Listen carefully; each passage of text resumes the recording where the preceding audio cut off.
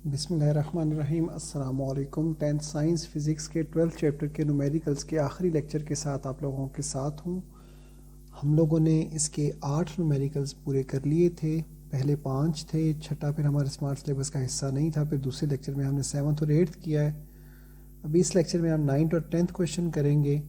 9th question में ऐसा मुझे कुछ भी करवाने वाला नहीं है। मैंने लिख तो लिया अपने पास 12.9, लेकिन उसमें आपने वही HI और क्यों मालूम करना है, और वही जो है वो इमेज की माहियत के बारे में बताना, यानी नेचर ऑफ द इमेज के बारे में बताना। तो उसके लिए मुझे अलग से दोबारा से रिपीट वही बातें करने की ज़रूरत नहीं। आई होप कि आप लोग कर लेंगे। अगर आपसे ना हो सका तो प्लीज़ मुझे बताइएगा, तो मैं इंशाल्लाह फिर आप लोगों को उसके लिहाज से गाइड कर दूँगा।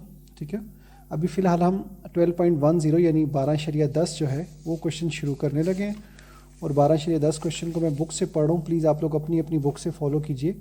एक कन्वेक्स लेंस जिसकी फोकल लेंथ 6 सेंटीमीटर है, पहले उर्दू में ही पढ़ रहा हूँ। एक कन्वेक्स लेंस जिसकी फोकल लेंथ 6 सेंटीमीटर है, जिस्म की जिसामत से 3 गुना जिसामत का वर्चुअल इमेज बनाता है।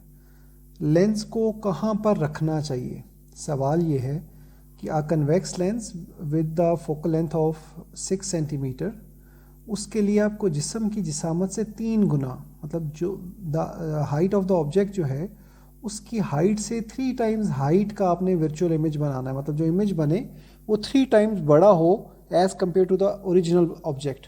तो क्वेश्चन ये है कि where you should place the lens, lens को आपको कहाँ रखना है। ठीक है, तो सबसे पहले तो आप क्वेश्चन में से डाटा नोट करेंगे। कन्वेक्स लेंस की फोकल लेंथ आपको दी हुई है, F दिया हुआ है 6 सेंटीमीटर। ठीक है, मैग्निफिकेशन, जो आपको मैग्निफिकेशन चाहिए वो बेसिकली 3 टाइम्स दी गई है, 3 गुना, 3 टाइम्स। बेसिकली ये जो मैग्निफिकेशन मैंने लिखा है ये बेसिकली आपका वही फार्मूला है जो HI/HO जो है आप जिसको लिखते हैं height of the image divided by height of the object is equal to Q/P। वो जो फार्मूला हमने पिछले न्यूमेरिकल्स में भी यूज़ किया हुआ है, यही वैल्यू जो है ये मैग्निफिकेशन कहलाती है। तो इसको मैंने शॉर्ट करके तो magnification is equal to 3 times लिख दिया, लेकिन ये चीज़ मैंने यहाँ मेंशन नहीं की। ठीक है, तो अब बेसिकली अगर आप अपने क्वेश्चन को देखें तो आपके अंदर क्वेश्चन में ना P दिया हुआ है ना Q दिया हुआ है, लेकिन आपने मालूम जो है वो P करना है, क्योंकि पूछा जा रहा है लेंस को कहाँ पे रखें, मतलब जिस्म से कितनी दूर लेंस हो। तो मिरर एंड ऑब्जेक्ट का डिस्टेंस P कहलाता है, जिस्म और लेंस का फासला P कहलाता है। तो हमें P मालूम करना है। बहरहाल मैग्निफिकेशन जो है वो, जैसे मैंने आपको पहले बताया HI/HO है, तो वो Q/P के इक्वल होता है, Q/P के। इसका मतलब है ये जो आपका Q/P है ये यहाँ से 3 के इक्वल हो जाएगा। ठीक है, तो इसमें से Q की वैल्यू आप निकाल सकते हैं 3P। एक्चुअली ये केस ऐसे है कि इस दफ़ा आपको Q की वैल्यू नहीं दी हुई, तो इसलिए आपने Q की वैल्यू P की टर्म्स में निकाल ली। ठीक है, लेकिन ये बात याद रखिएगा कि क्वेश्चन में लिखा हुआ है वर्चुअल इमेज, तो जब वर्चुअल इमेज है तो Q की वैल्यू माइनस होगी। ठीक है, यहाँ आप इस जगह बीच में लिख लेंगे। मुझे यहाँ लिखना याद नहीं रहा तो मैं नीचे लिख रहा हूँ, पहले उर्दू में लिख रहा हूँ। क्योंकि इमेज वर्चुअल है, इमेज वर्चुअल है, since the image is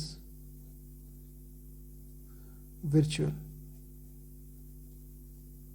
तो बेसिकली उर्दू मीडियम वाले उर्दू का जुमला, इंग्लिश मीडियम वाले इंग्लिश का जुमला यहाँ बीच में लिख के उसके अलावा बाद जो है वो लिखेंगे Q is equal to -3P। ठीक है, अब फार्मूला वही है 1/f is equal to 1/P plus 1/Q। लेकिन इस दफ़ा जो वैल्यू पुट होनी है वो आपकी Q की जगह जो वैल्यू पुट होनी है वो -3P है, यानी न्यूमेरिकल वैल्यू नहीं है, वो सिंपल। इसलिए ही मैं ये क्वेश्चन सेलेक्ट कर रहा हूँ, वरना तो इतना करने के बाद मुझे ख़त्म कर देना चाहिए था। तो F की वैल्यू मेरे पास जो दी हुई है वो है 6, P तो मैं मालूम कर रहा हूँ, और Q की वैल्यू मैंने P की टर्म्स में निकाली थी। Q की वैल्यू मैंने P की टर्म्स में निकाली थी, Q is equal to -3P, मैंने वो यहाँ पे पुट कर दी। अब मेरे पास 1/6 है इज इक्वल टू 1/P है, ये प्लस और माइनस माइनस हो गया और 1/3P मैंने लिख दिया। याद रखिएगा जब भी दो नंबर्स ऐसे हों, एक रट्टा सा बता रहा हूँ, जब भी दो नंबर्स ऐसे हों जो जिसमें से छोटा नंबर बड़े नंबर को डिवाइड कर सकता हो, तो हमेशा LCM जो होता है वो आपका बड़ा नंबर ही आता है। जैसे 2 और 6 अगर होगा तो 2 6 को डिवाइड करता है तो एलसीएम आपका 6 होगा। 12 और 96 फ़र्ज़ करें हो तो 96 12 पे डिवाइड होता है तो आंसर 96 एलसीएम आएगा। तो इसी तरह 3p और p है, क्योंकि 3p p पर डिवाइड हो जाता है इसलिए आपका एलसीएम 3p ही आएगा। वैसे आप चाहें तो रफ में मैं आपको बता देता हूँ। ये देखिए p और 3p का जब हम एलसीएम निकालेंगे तो हमारे पास ये दोनों नंबर जो हैं ये p पर डिवाइड हो जाते हैं। p 1s are p, p 3s are 3p। तो इतने सारे हिस्से में जब आप मल्टीप्लाई करेंगे तो 3 1s are 3, 3 को p से मल्टीप्लाई करेंगे तो एलसीएम आपका 3p ही आएगा। अब एलसीएम का रूल क्या है, आप एलसीएम को नीचे वाले नंबर पे डिवाइड करते हैं, जो आंसर आता है उसे ऊपर वाले से मल्टीप्लाई करते हैं। तो 3p को जब p पर डिवाइड करेंगे तो p और p क्रॉस हो जाएंगे, बाकी बचेगा 3 ऊपर वाले 1 से मल्टीप्लाई होगा तो यू विल गेट ओनली 3। इधर 3p पर डिवाइड होगा तो बाकी बचेगा 1 ऊपर वाले 1 से मल्टीप्लाई होगा तो यू विल गेट 1। 3 में से 1 गया तो बाकी बचा 2 और नीचे लिखा हुआ है 3p और दूसरी तरफ है 1/6। आप ऐसा कर लेते हैं कि इसको सीधा भी कर लेते हैं, ठीक है, और साथ बल्कि सीधा करने की ज़रूरत नहीं, आप क्रॉस मल्टीप्लाई कर लीजिए। 1 जो है वो 3p से मल्टीप्लाई हुआ और उस तरफ 2 जो है वो 6 से मल्टीप्लाई हुआ, तो ये 3p 1s are 3p, 2 6 are 12। हम तो p की वैल्यू मालूम कर रहे हैं तो 12 के साथ 3 डिवाइड हो जाएगा, ठीक है, और 12 को जब 3 डिवाइड करेगा तो your answer will be 4 with the unit of centimeters. 4 centimeter आपका आंसर आ जाएगा। ये ऊपर थोड़ा सा मैंने रफ अमल में एलसीएम समझाया हुआ है, बाकी आप प्लीज़ ये 12.10 क्वेश्चन नोट कर लीजिए अपने पास, ठीक है। यहाँ तक सारा क्वेश्चन आपका सॉल्व हुआ हुआ है आपके पास। मैग्नीफिकेशन को मैंने एक्सप्लेन कर दिया था कि वो HI/HO के बराबर है, ठीक है।